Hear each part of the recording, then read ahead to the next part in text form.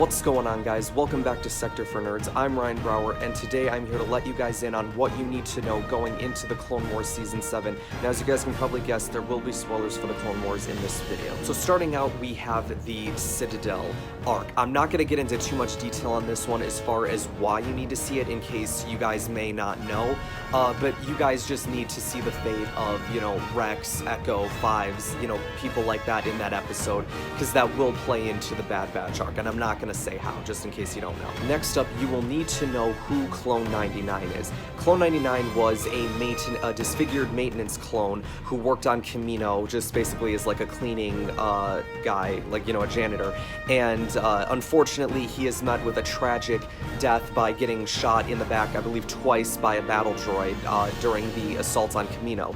Now, why this is significant is because Commander Cody had come up with this idea of taking clones like 99 and enhancing their traits and making them a little bit more aggressive and a little bit more, battle ready, and almost making them like super soldiers. So yeah, obviously that's kind of where the Bad Batch idea came from.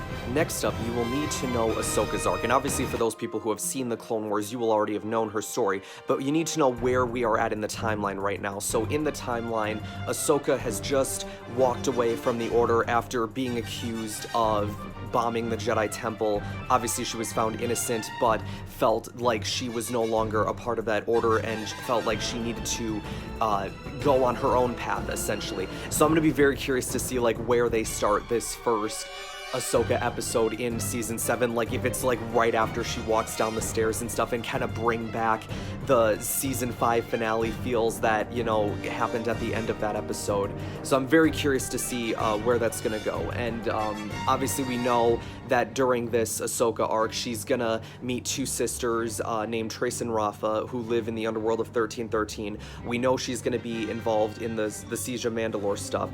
So it's going to be very curious to see where Ahsoka's journey takes her, if it's going to be more towards the person that we see in Star Wars Rebels. Obviously, she is still very young, so we have to keep that in mind. Next up, you will need to know the Mandalorian arc. Now, where we're at with that, the last time we saw them was in Season 5. Maul had defeated Pre Vizsla in combat, killing him and becoming Mandalore, essentially, the leader of Death Watch and the ruler of Mandalore. So then what happens is Bo-Katan and her troops are like, no, we're not gonna stand by you because no outsider's ever gonna rule Mandalore. So then basically Obi-Wan shows up as he wants to help his friend Satine, not knowing that Maul is now in control of Mandalore. He falls into the trap and Maul ends up killing Satine in a very heartbreaking scene, and Obi-Wan having a true Jedi moment, which I actually want to do like my own separate video talking about how important that moment was for Obi-Wan and the choice that he made. And like I said, I can elaborate on that later. But then Bo-Katan ends up rescuing Obi-Wan. She tells him to go back to the Republic and tells them what's happened. But, and she says, Maul will die, but Mandalore will survive. We'll always survive. So obviously that's going to kind of play into, what could possibly happen with this whole Siege of Mandalore. And finally, and I saved the most important, I think, for last, is Maul's arc. So obviously the last time we saw him, Sidious came by and killed his brother Savage and defeated Maul in combat. And the last shot we see of him in that episode is Palpatine telling Maul, I'm not going to kill you, I have other uses for you, and then proceeds to shock him with the Force lightning. So for those people who may not have read the Son of Dathomir comics, then obviously you will go into Season 7 thinking, well, how is Maul on Mandalore? How did he get out of the clutches of Sidious? Well, that's what the Son of Dathomir comics are supposed to tell you. It's a 4-issue comic that basically tells the story of what happened to Maul after Palpatine captures him. And so for those who don't want to get spoiled, I would prefer you to maybe either stop watching this video or fast forward to the end.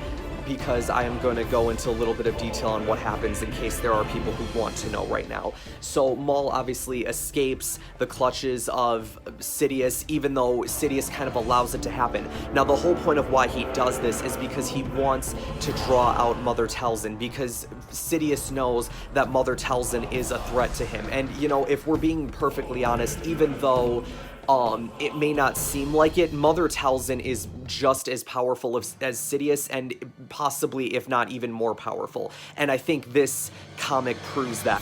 There are so many amazing moments in these comics, because it's basically Maul's Shadow Collective going against the Separatist army, which is amazing. We get to see a fight between Maul and Grievous, which is pretty cool. We get to see Count Dooku versus the Night Brothers. There's even a point where the Republic gets involved, and Maul and Dooku work together, which is actually really sick, and I really wish that's something that we would have seen in the Clone Wars, in this show at least, which we would have if not for Disney.